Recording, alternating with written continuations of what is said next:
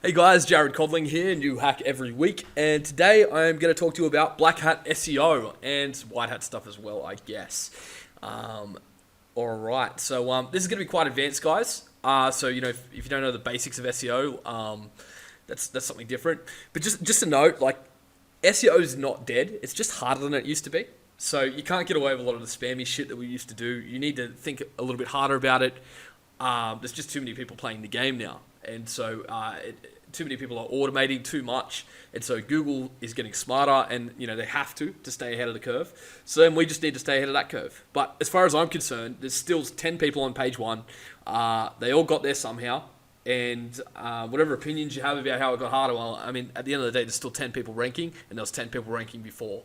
So in my opinion, it's just higher barrier to entry. So if you do SEO correctly, it can still work, and I've been able to play with some rankings pretty easily and get stuff moving, still no problem. And I've, spoken with and consulted with some of my business partners and good friends and stuff like that about this hack, just to see what they're doing. Because, I'm getting back into doing a little bit of SEO stuff right now, and I wanted to get back up to speed. And, so what this is not a crash course on SEO. And it's not the fundamentals and the basics. So I'm more than happy to link you to some articles, some resources on how to do all of that stuff. But that's not what we're here for with New Hack every week. I mean, this is probably the most advanced membership in the world. So I'm only going to teach you the stuff that's going to blow your mind. What this is tactics that I've used, tactics my friends have used, and what works right now. Because relevance is a huge thing.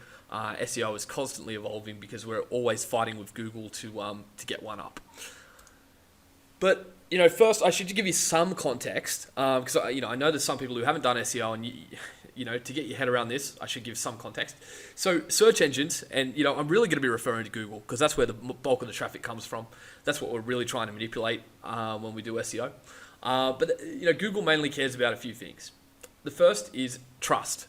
Is it a trustworthy website? They don't want to be sending to some junk website that could potentially have malware or anything like that, or citing incorrect information, because people want information, and so trust is a good indicator that it's going to be relevant, and it's going to be factual. Authority, so it's really a popularity contest. If a lot of websites link to another website, then they have authority, and it's a good indicator for Google that it's trustworthy enough, and it's enough of an authority to rank it. And then relevance, you're going to be relevant to the search term. Google's gotten a lot smarter over the recent years. It knows synonyms and what we mean when we type something in. It's going to give us really relevant stuff, and it knows what you mean. So they judge it by two main things. It's on-site factors, which is your content and your coding.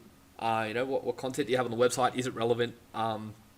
And I would say if you're doing SEO, you want to niche down on that. You want to you can't rank for everything. So the more niched you are, the better you'll do. And then secondly, off-site factors, backlinks and social factors. But what matters most? So logically, the harder something is to do, the less likely a spammer is to do it. Some guy sitting in India is not going to do the really hard stuff. And that's the real problem with SEO, is there's just too many. The barrier to entry was too low. A lot of people jumped in for a quick cash grab. And so now the stuff that works, it's only the hard stuff. So, the harder it gets, the more weight Google places on that factor. So there's really two I see as like super hard. And first one is like getting awesome backlinks. And the second one is getting heaps of unique content. It's hard for most people, but I'm going to show you how I do it, how my friends do it. And, what's working right now. First up, backlinks. Let's talk about backlinks. Backlinks have two factors that really matter. It's trust and authority. Trust comes from trustworthy links. It's like .gov links, reputable sites, news sites. Like it's basically backlinks from trustworthy kind of sites. Authority comes from volume of sites. So if you went to majestic.com, which is a really popular SEO tool, they have trust flow and citation flow. So citation is like the number of sites linking. So you could have a shitload of really low value sites linking. It's not going to do you much good because you just don't have the trust. I think trust matters the most, but if you don't have any volume and you've got like a couple of links just from high trustworthy sites, you're probably not going to do that well either. You need both. So you want to balance that link profile, but it really depends on how competitive of a market you're in, to be honest.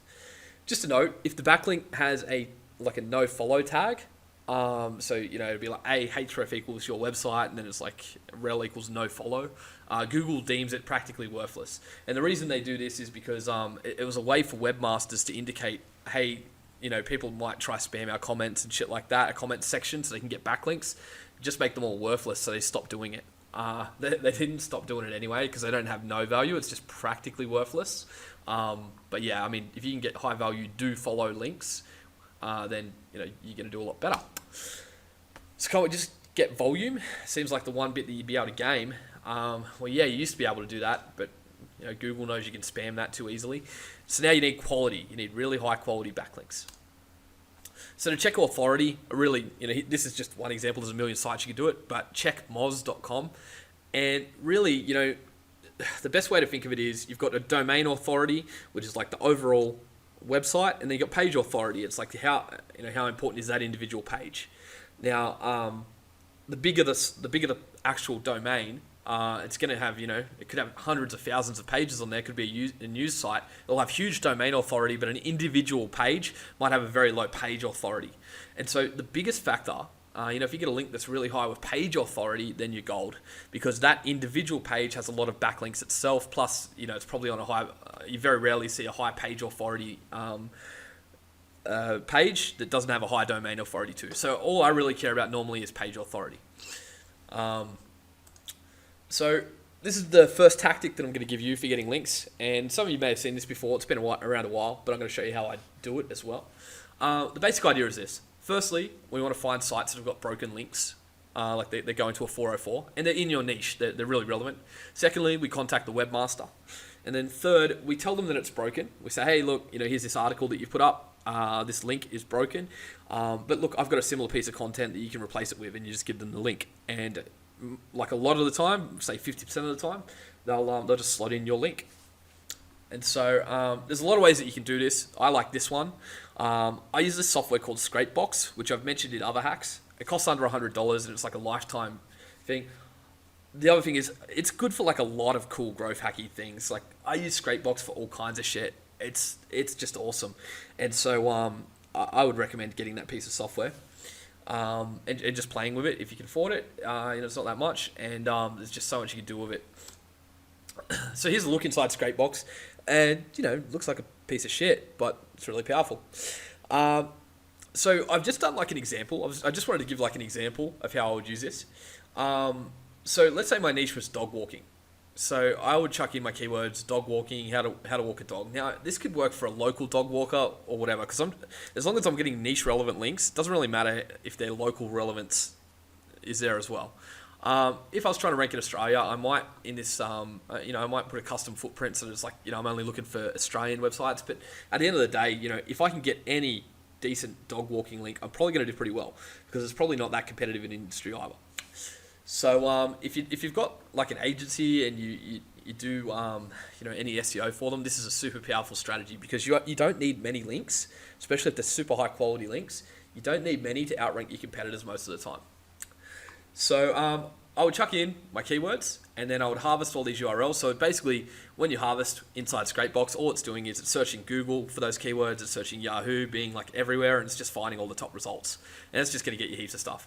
And you can scrape keywords and stuff too. It just depends how hard you want to go. Then I get this add-on for Scrapebox, and it's a free add-on that comes with Scrapebox. It's Scrapebox Broken Links Checker. And so how it works is I'll take all those URLs that I've harvested, so it's like all the search results from Google for dog walking, and then it'll individually go to all of these sites. It'll scrape the site and actually see how many outbound links does it have, like how many external links is it linking to. It'll collect those links up, and then it's going to check them and see, can it get to them. So it's a bit of a process. Like it actually, like as you can see here, it was doing like 122,000 links. It was actually checking are they active, but it's really fast. You can just hammer it. It took like 5 minutes to check all them out, and then I can export an Excel sheet which will have all of those broken links, and it'll list, on this article, here's the list of broken links. And I can just go through and cherry pick, or I can automate if I want. But most of the time, in most niches, you can just cherry pick, because you don't need that many good links. Not of this quality. So here's an example. So here's this, I've exported the Excel, and I'm just having a look, and it's like petsitterireland.com. How much does a dog walker cost? So they've written a piece of content, it's an article, and it's got a bunch of broken links. But I'm going to jump over there and I'm going to check it out. And here's a broken ass link. So they've linked, and the anchor text, which is really important for your relevance, it's supposedly going to link to a dog walker. That broken link, well, that's perfect for us. So I checked it out manually as well. It's definitely broken. There's definitely an article that they've written. And so I was like, okay, well, that's broken. I can contact them now. I also went and checked out what's the domain authority, what's the page authority. And 31 domain authority, 36, 37 page authority, which is actually very, very high. I would call that a very, very high quality link. Because if I had to go and pay for that, I would spend hundreds of dollars, like at least a few $100s to get a link of that quality, and especially that relevant too. That link is worth like up to $1,000. So you don't, this is a pretty quick process too, and you can do it in volume as well. So that's what you do. So now you just outreach to them. So if possible, write a relevant article if you don't already have one. Put it up on your site beforehand, and then just give them a link to it so it's ready to drop in. Worst case, you write some content that you didn't really need. It's good. The more content on your site, the better. But if it does work, you're gonna get that amazing link that's ultra relevant with huge page authority. So you can get their email from a Who Is search. So just Google that, like a Who Is search, and that'll tell you who owns the website. If they've got domain privacy on, you might not be able to get it there, but you can have a look on their contact form, their contact page, or just general stalking from my previous hacks. You can normally find out somebody's email address pretty easily. Yes, you can automate it, but I'm not going to go into that because it's a big tech mission. Comment, if you want to be hooked up with a friend of mine, one of my business partners, and he does this at scale. You do not need many links like this to rank a small business or a micro niche or for a client or something. You just very rarely, if you're trying to rank for your SEO company, it's just not going to happen. But if you're trying to rank for like a normal niche, especially if you've niched down a little bit, I'm not going to go try rank for weight loss, but I will go and try and rank for like a really sub niche, like losing weight with polycystic ovary syndrome or something like that. So, and your competition isn't that high, so you don't need many good links like this. So let's go black hat, because that was a bit too white hat. Hey, this is a new hack every week, and we like the amount of people that hit me up every time I do a black hat kind of thing and just tell me how much they love it. I try not to go too much to the dark side, but anyway. Okay, here's the tactic, and if this is in here, this means that my business partner Steve is awesome. If you could comment and thank him, because he still uses this tactic, and he must have given me permission because he hasn't got back to me yet. But if this is in here still, then I have his permission, and he gave me this tactic. So firstly, you find educational institutions, universities, colleges, anything like that, because they have .gov or .edu links, which are super big for trust. And if you can find like a large organization, they're going to have great domain authority too. Secondly, we find a research paper, like PDFs that they've got. Third, we translate it for free into another language. Fourth, we tell them that, we can send them even more of these. And then 5, we send a bunch and we embed our backlinks. So I'll break this down a little bit more. So firstly, just use some crafty search operators. I did a hack on this, but you would go site newcastle.edu.au. So that's Newcastle University. That's my hometown. And then I'll go in URL PDF. So it's only going to show me PDFs. Now, with how Google works, the top, you may want to niche down as well. The more relevant it is, the better. But even if it's not relevant, the power of this link is so crazy that you still want it anyway. So you can put some more search terms in there. But the way that Google is going to show you the search results, the ones that are linked to the most and cited the most and have the most power in all those pages, they're going to rank at the top anyway. So just kind of work your way down the list. So we found a PDF that we want. Then secondly, we're going to translate it into a common language that they basically like to shuck up there. So as an example, for the USA, go with Spanish. It's a high Spanish population. And you got to make it a good translation. Use someone on Upwork or something if you want. Get it checked by a second translator to make sure it's not junk. Run it through a localized grammar tool or something. Don't send them a shitty PDF because, they'll probably get somebody to at least check it out the first time. Third, send it to the person that runs that department. Now, you're not going to have a 100% success rate on this, but apparently you have a really, really high success rate on this, which I found surprising. But yeah, this definitely works. So you got to make it realistic and like have a bit of a story, but make them think you're a student if possible. I know you won't have the student email or anything like that, but you can make a fake email for somebody that if they were to look, that would look like a student. Just a bit of social engineering. But you want to send it to that person. Basically, just have a bit of a story and say, hey, I was doing this research paper, and I cited this one, and just so that I knew I would take it in better and understand it better, I decided to translate it into my native tongue. So I've translated it into Spanish, and I thought you might want to put this up on the MIT website or whatever university it is, right? And they'll just do it. So they chuck that up there, right? And then the next thing, you send them a bunch more. Too much for them to manually check. Now, you might be able to sneak something into the first one, but you're better off building the trust and then send them a bunch and sneak in a backlink to your site. So can you imagine you get like from Stanford or something like that? There's now a PDF up there. Huge domain authority. It's going to be on a page, which is highly linked to. It's got a huge page authority, links to this PDF. That PDF on its own will get a huge page authority. You can test this for yourself. Go have a look at some. And now Google scans PDFs for backlinks. That's the other thing. That's what's changed in the last few years. Google now scans all PDFs, scans them for content. It also scans them for backlinks. How awesome is that? So yes, this really works. I can't give you specific examples because Steve, still does this, makes really good money off it. But let's just say, like, you can get domain authority in the 90s, which is like literally the best of the best. Like, that's just insane. You could not buy links this good. That backlink would cost you thousands if you could, but you just literally couldn't buy backlinks this good. It's just that simple because, Stanford aren't in the business of giving out backlinks, especially relevant ones on high page authority pages. They just don't do it. So yeah, this is shady as hell. I get it. It's so shady. But that's why we call Steve Black Hat Steve. We actually do call him that. So thank you, Steve, if you let me keep this in.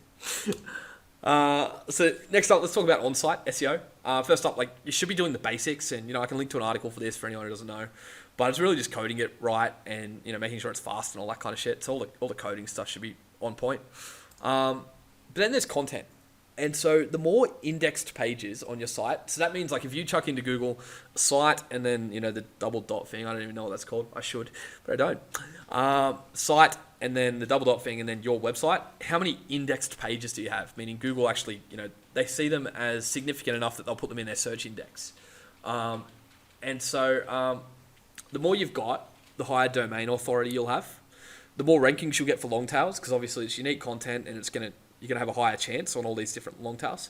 And then the more SEO juice flowing between your inner pages. So, higher rankings on all of your pages from having more pages, if that makes sense. So you can build these huge websites out, which become these authority sites. Yes, you got a backlink and stuff too, but the idea is that, if you could build a huge site with heaps of unique content, it's going to do well naturally anyway.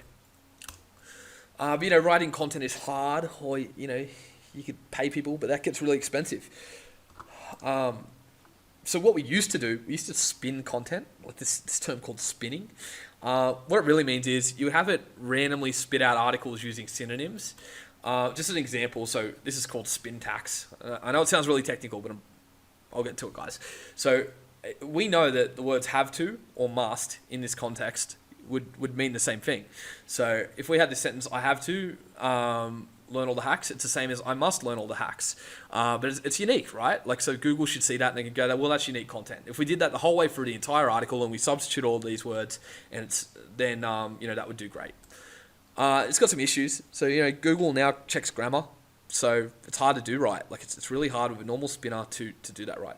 And Google's machine learning knows, these are the same sentences, but they're spun because they've got really good synonym matching. Now, so this just doesn't work. And so then what you're going to do is like nested spinning as well. So I know we're getting technical, but basically you spin sentences together. So you're like, well, I've used this sentence or this sentence sometimes, and you do that with every sentence. And then you spin the paragraph, so it's like the paragraphs could be in randomized order. You just randomize everything, make it super, super random. You get the point. Like, we make it more random until Google can't see what we're doing. But Google are pretty smart, so they kind of worked out all of that too. Not fully, but more in a, like, this article doesn't really make sense, like it's a piece of garbage. And their machine learning can work that out because they've analyzed so many spun sites, because everyone just uses the same freaking software. That's the other problem. Everyone uses this thing called Spinner Chief, and it's a piece of shit. And I mean, it used to be great, but it just doesn't work anymore. Everybody used it and abused it. And so they had so many articles to feed into their machine learning that they can spot a spun article like a mile away. What about a huge site? What if we wanted to generate tens of thousands of pages of unique content? Like, damn, that's so much spinning needed to be unique. Like, it's just too hard. So here's what we do in 2018. We fight machine learning with machine learning. So here's what I like to use. I use a service called wordai.com. And so I did this, and you're gonna notice that it's definitely not perfect. So I put in this sentence. I don't know about you, but I think 100 duck-sized horses would destroy a horse-sized duck in a fight, and that is a fact. And then it turned that into it, totally reframed the entire sentence, and it said, I think 100 duck-sized horses could destroy a duck in a fight, and that's an actuality. Or I don't know about you. Now it still kind of makes sense, but it's kind of dumb too. Yeah, I get it's retarded. But like, it still makes enough sense to Google, and it's good enough. And so everybody's been testing this, and like, it's good enough. Don't put this shitty content on main pages where you're going to get heaps of traffic. It's like to build out an SEO site, or it's like you want to tuck it away and just make sure your layout is hiding that shitty content. But I mean, it's enough to fool Google, because you can see that that's a completely rewritten, totally different sentence compared to what spinning would do, where you're just mixing in synonyms. So we can actually automate all of that. So I use this thing called articleforge.com. So it scrapes articles. So you give it a bunch of keywords and sub keywords and stuff like that. It'll scrape a shitload of articles, and it will like piece them together, and it can post to WordPress automatically if you're using WordPress. Or you can just have it download them. It also integrates directly with WordAI and for Copyscape. So just to guarantee that uniqueness. So Copyscape is what like a lot of professors and stuff use to make sure that the students aren't cheating and copying shit. If something passes Copyscape, it's going to pass Google. So you can have it do this. We start with Article Forge. You scrape articles, and you can scrape, I'm just going to give one example, but you can actually automate this and scale it. You can scale this, so you're doing thousands of articles. So you start with Article Forge, and you scrape the article, pieces multiple together. You spin it with WordAI, so it's unique. We Copyscape it, so make sure it's unique, like it completely verifies that it didn't accidentally write something that looks like it's been written before. And then Article Forge will then post it to WordPress after all that's done. And this is all integrated, so it's all just one system on Article Forge. Yeah, you got to pay for multiple licenses and shit. It's not that expensive, and if you're going to do this, you got to put a little bit into it. But, you can build out a really big site really quickly with what Google will deem as unique content. And how do you know if they don't think it's unique? Well, they won't index it if they don't think it's unique. That's the best way. If they'll index it and you haven't heavily backlinked to it, then it's a good sign that Google thinks it's unique content. So you can go further. You can even use perfecttense.com. I know it APIs into WordAI. I don't know if it APIs into Article Forge, because I don't really feel the need to go to this step. But Perfect Tense, it does have an API, and it will automatically correct your grammar. So it's kind of like Grammarly, but like it's an API built for SEO people and stuff like that, and it'll automatically correct it. So here's another backlink strategy. So my hack, Medium Smasher, I know heaps of you have used it. Just be careful. We got caught the other day. We went a little bit hard, and they took down one of our articles. We're able to email them and get it back up. So Rohan, who's in the group, he just emailed them, and he was just had a bit of a go at him and said, it only went so well because a heap of high profile people tweeted it. And that's why it's going so well. Can you get it back up immediately? We've had to pull the tweets, and it's causing us heaps of drama. And they didn't even look and bother to check and they just put it back up. So you could probably just lie and do that. But yeah, just be careful with Medium Smasher right now. But anyway, I did Medium Smasher, and I wrote this article about how to get to the top of Product Hunt. And so that got syndicated by HackerNoon. So they basically said, hey, can we chuck this on our homepage? Because I did Medium Smasher and it performed so well. That individual article has a page authority of 39, which is insane because, and domain authority of 73. So it's like, that is a crazy good place to get a backlink. Now I control that article. I can put as many backlinks of whatever the fuck I like. And yeah, it's just awesome. I can completely go and screw that article now, make it about something totally different. And I doubt they check it regularly. I'll probably get away with it. So, that's an awesome kind of thing that you can do. Before we wrap up, I'll give you a quick case study. Years ago, I decided that I wanted to rank for TRX. So this is with Ben that's in the group. You all probably see him around. He was my business partner on this project. So first up, content. So we were pretty broke at the time. We had a bit of cash, but not much. So we were like, we'll just write all the content. So we actually put 10,000 words on the homepage, and we put this in tabbed content, and it was all unique, and we hand wrote it. Then we wrote like 50 articles that were 2,000 word articles each for all the inner pages. And so all we did was outwork everyone. So we had a look at, like TRX, the official website. How much content do they have? Let's do 10 times or 20 times as much content as them, and make it all perfect keyword density and everything. Like, here's the thing though, like what we wrote was absolute nonsense. So it was real and unique, but we just literally wrote dumb stories so we didn't get bored. Because you can write, if you've got to think about an article and make it really good, it's actually very difficult. It takes time. But if you're just writing random shit, like when you were in school and you had to write stories when you were a kid, like you can actually just go really quickly. So like we were able to I could write 1,000 word article in, what was it? I got it down under 20 minutes to write 1,000 word article.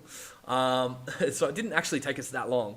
So here's actual content I would write. So I was walking down the street and I ran into this guy, Jake from school, and he's into fitness now. And he said to me like, hey, do you use a TRX? And then I just like literally wrote this like totally made up story that was about something to do with TRX. Because then what happened is all the grammar's correct, because I'm telling a real story. It's completely unique, but I'm also getting the right keyword density because I'm using words like fitness and stuff like that, because it just makes sense in the context of the story. But then Google goes, well, fitness, that's related to TRX. So I'm writing all this nonsense content in a made up story. I'm just telling you, like, if you want to write your own content, this is a really quick way to do it. Is just write absolute garbage and you can just knock out so much. So we got everything perfect on site. It was like coded perfectly. It had at least 10 times the content of any competitor. Like most, it had like 100 times as much content. Perfect keyword density in the articles, which at the time was 1.5% keyword density or something like that. So on site, we were by far the best. We were like significantly, like an order of magnitude better than everybody else. So then we need offsite. So we bought really high quality links. And then we drove a shit ton of like really crappy links at the high quality links. So we didn't point it to what you call in SEO your money site. You don't want to point crappy links to your money site. You actually just want to point them to like, you want to have layers of this shit. And so like the really, really bad quality stuff, we would put like 4 layers up and then that all links to like another link page that has a link that goes to another one and so forth. But like you want to tier it out. But the main thing is get super high quality links. But the thing is when you buy links, they're not really, they're very rarely ultra relevant. So then what you do is you drive like lower quality links that are relevant to the high quality ones. And then the relevance rubs off. That's what we found. So, what it needs to be a high quality link is high domain authority, high page authority, and then low outbound links, OBL. Because basically the way to think of it is if there's a blog article and it's got 50 outbound links, well, if you're one of those links, it's only going to give you 1/50 of the result. And if it's got like 50 outbound links, they're also going to just flag it as that's spammy as shit. Just don't, we don't trust that. But if it's got a few outbound links, then, that's totally fine. So then we drive shitty links to boost the relevance the search term. So if you want good links, the Hoth, HOTH.com, they've got really good ones. They're reliable, I hear. But there's plenty of places to buy it. They're not cheap though, but you don't need that many. We spent about $2,000 just on links. But within 2 weeks, we actually outranked the official TRX site in some places. We kind of fluctuated between like number 1 and number 3, and we're making thousands of dollars per day. So that lasted a couple of weeks, and then I got a life ban from PayPal for selling counterfeit shit. So, lesson learned on that one as well, guys. Fuck PayPal. So, so that's how we did that. And, anyway, now on to a few other just little things quickly before I wrap this up. I'm almost hitting half an hour, so I better wrap it up. But a note on e-commerce. So everyone else just steals their descriptions. So if you're selling the same product as everybody else, you'll probably be inclined to just go and steal a description from somewhere else. That's the worst thing you can do. Like that's duplicate content, which sucks. If you manually write a long ass review that's unique, you'll dominate most niches. So Ben does this heaps. Ben's in e-commerce and he has sites that might have 50 products.